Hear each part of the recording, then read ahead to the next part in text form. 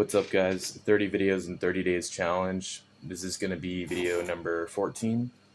So, I want to talk about why counting calories is stupid for the most part, maybe with a few exceptions. And yes, that is me in the thumbnail, so I do know how to get lean. So, first, I'm going to do like a disclaimer if you are already very overweight and you're inactive and you don't really have a starting point in terms of how much food to eat to lose weight, it could behoove you to use a calorie calculator online and figure out how many calories you need to eat. And then from there, you kind of just make sure to eat around that amount. That could work in that scenario, assuming that you're not active, like assuming that you have the same activity levels on a daily basis. And we'll get into that. So, but if you lift weights or you're active or you work a job that is very active and then you also have days off, it's not a good idea to count calories.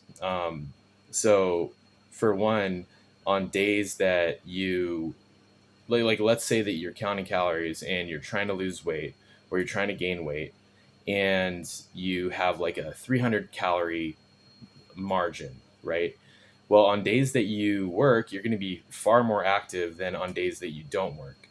So, let's say that you have a 300 calorie surplus because you're trying to bulk.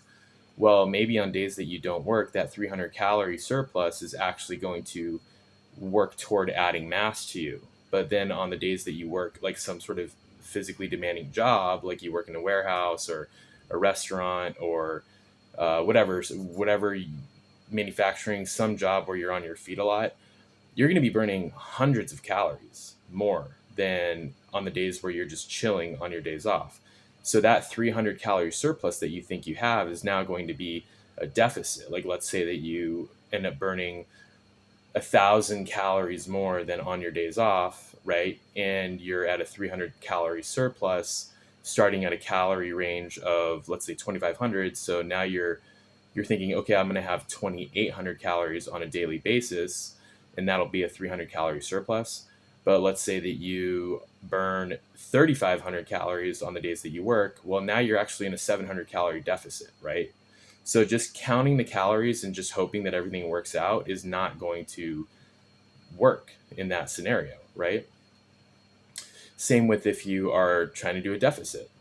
You don't want to have a deficit that's too great, like on days that you are not working, you have a 300 calorie deficit and it's a decent margin where you can continue to work out and keep your strength and keep your muscle, but you go to work and now, like I said, let's say the 1,000 calorie example again, well, now it's a 1,300 calorie deficit from your starting maintenance calorie burn of 2,500, right?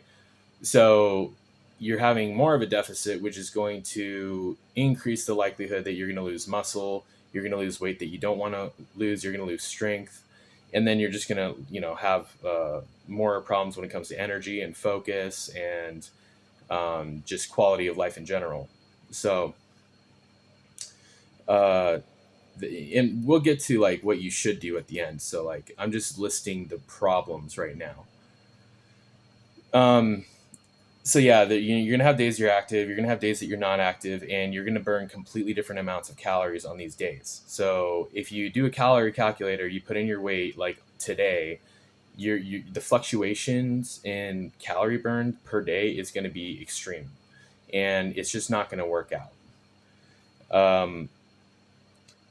So another thing too is like, let's say that you are on a bulk, and let's say you're doing like a slow bulk over years, and maybe you bulk and then you kind of like trim off some fat bulk. I'm not saying like you get fat, but you gain weight over years. Well, you burn more calories when you weigh more, and you burn less calories when you weigh less, especially when the weight is muscle. So like if you weigh, like I'm 225 and I'm like mostly muscle, I'm like, probably less than like 15% body fat. So when I work, I can literally have like an extra like 2 or 3 thousand calories. And like my work phase. Like I work 4 days a week, and there's like a 3 day period where I'm working every single day, and it's very physically demanding. Like I'm on my feet a lot, and I'm burning a lot of calories. Like I can eat like an extra 2,000 calories or 3,000 calories each one of those 3 days, and the day after, on my first day off, I will like wake up with abs, like more like lean abs. Like normally, like I have some abdominal definition, but I'll like wake up with more of a lean abdominal definition to me. Like even though I just like ate like thousands and thousands and thousands of calories extra compared to what I would eat on my days off, right? Because I'm burning so much. And the reason is because I'm 225, like mostly muscle. And when you are that heavy and you have all that muscle, like you just turn into a calorie burning machine. You're just, whatever you put into your body, you just burn. It's just like a furnace, right? Whereas like back in the day when I was in high school, when I was like 180, and by the way, I'm like 6 feet tall, like I'm like between 6 foot and 6'1". So like, back in the day when I was like 180, like if I were to eat, even when I was like really, really active, if I were to eat like an extra 2,000 calories, like I would definitely gain some body fat. Like I could not like really get away with it as much. Right. Like I ate a lot of food back in the day, but like the margin is different, right? The amount, like the margin for error, the amount that you can get away with eating more of is going to be different. Like when you weigh a lot more and you have a lot more muscle, you can, I mean, especially when you get over that like 210 pound mark and you're mostly muscle, like you can basically put whatever in your body, you're not going to get fat, unless you're like eating like sticks of butter or something like that. So that's another thing to consider. So if you have like an equation, like, okay, I'm going to, have a 300 calorie surplus. Well, I mean, okay, let's say that it works for a little bit and you're gaining weight. Well, eventually, it's going to stop working as well because your weight is going to change, and every pound that you gain is going to be a different equation in terms of calories that you need. So like, the whole idea that you're going to have a set amount of calories every day just doesn't make sense. I mean, you will literally wake up one day 3 pounds lighter than the day before just because like fluctuations in water weight, and yes, that will make a difference in how many calories you burn because it's weight that you're lugging around, right? Like think about if you were to wear ankle weights, that were like 2.5 pounds each. And so it was like an extra 5 pounds, like you're going to burn more calories just because you have more weight that you're moving around. So yes, even if you wake up and it's just water weight, you're still going to burn more calories just holding that water weight, right? Another thing, NEAT, NEAT, non-exercise activity thermogenesis. This is basically the amount of calories that you burn even on your days off, just kind of like that are not related to activity, right? That's why it's called non-exercise activity thermogenesis. So whatever is not related to exercise, meaning like I'm sitting around, I'm fidgeting, I'm moving around, like, some people, they're like really squirrely, right? They're like, especially short guys. I know short guys are really, really squirrely, but I think it's because they don't require as much like food in order to get energy. They, again, calories, right? They don't need as many calories and they have all this energy.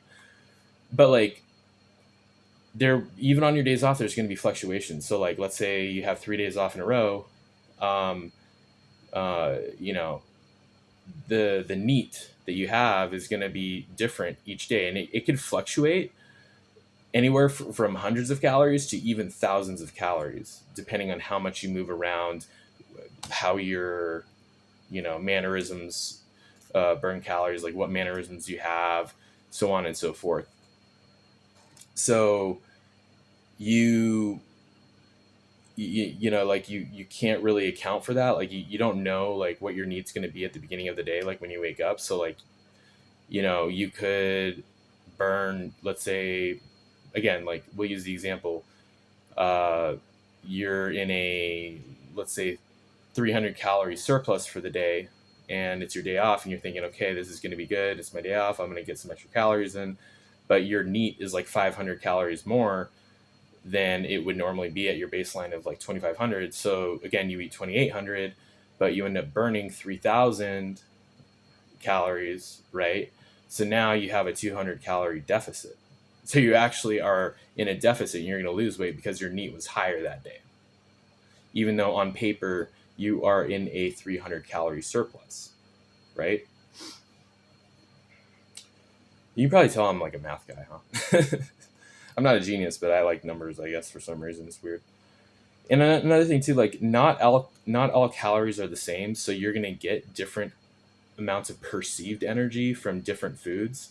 Even just like something as simple as the macronutrients themselves. Like if you ate 3,000 calories and it was all fat for the day, 3,000 calories and it was all carbs for the day, or 3,000 calories and it was all protein for the day, the level of perceived energy is going to be completely different, right? Now those are extremes, but it gets deeper than that, like in the sense that there's different proportions of the macros that you eat, which is going to affect your energy level, which is then going to affect your NEAT. Because if you have more energy from the food you eat, you're going to move around more, which means your NEAT is going to be higher. You're going to burn more calories. Or even just like literally the foods that you eat. Like you could have like two macronutrient profiles that are the exact same amount of calories, exact same amount of protein, carbs, and fats, but one of them is from clean foods, and the other one is just from like junk with like preservatives and just all this crap. And the amount of perceived energy that you have, like that you feel that you have, even though on paper you had a certain amount of energy that you put in your body, the amount of energy that you are going to feel and act on is going to be different. So you're going to move around differently, even if it's the same macronutrient profile, calorie profile, so on and so forth. So there's just, again, it just comes down to the fact that there are so many uh, potential reasons that there could be deviations from the number of calories that should be your maintenance calories. And they can go either way. They can go up and they can go down. Like if your NEAT is like really low one day, you're going to burn less calories, right, that day. And you might find that your calorie deficit that you think you have is more of a calorie maintenance, right? Or you might even put on some weight. So yeah. So what should you do? I think it's a good idea to have like a ballpark calorie like range. Like, I mean, it's not required, but I mean, it might be a good idea if you want, just to know, go online to a calorie calculator and figure out like how many calories you need to maintain your body weight.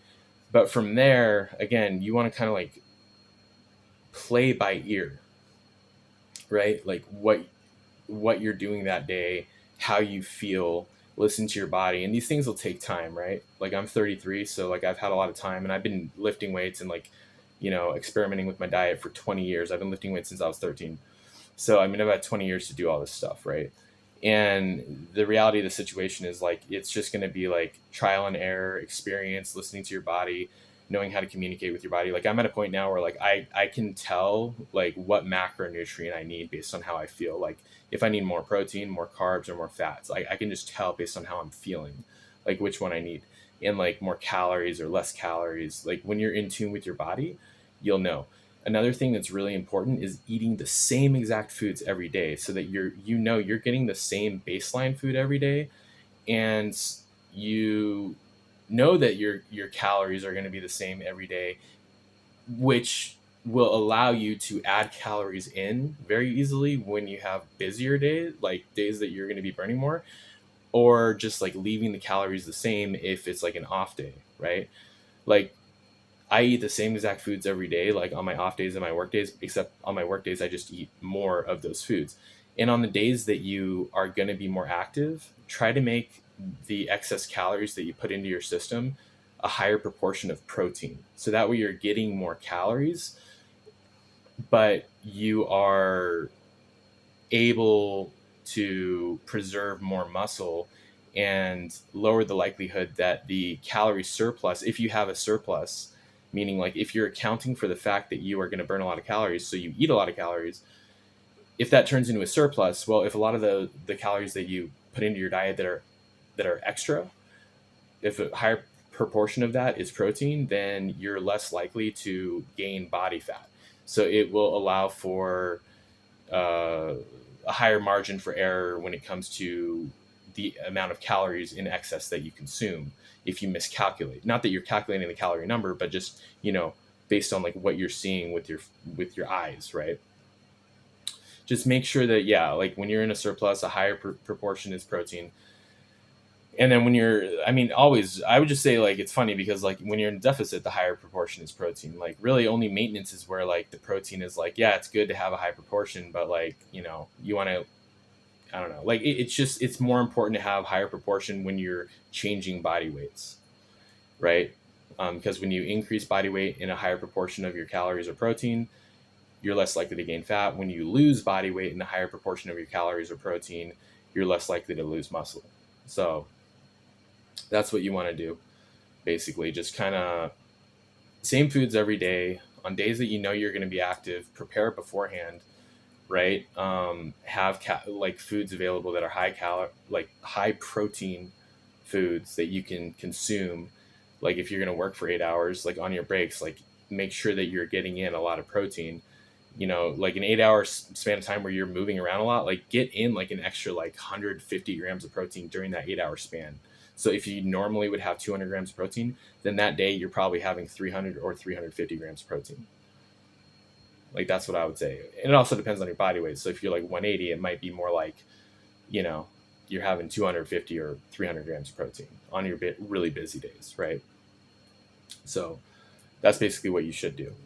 Anyways, hopefully you enjoy this video. Feel free to subscribe. Have a great day. Bye.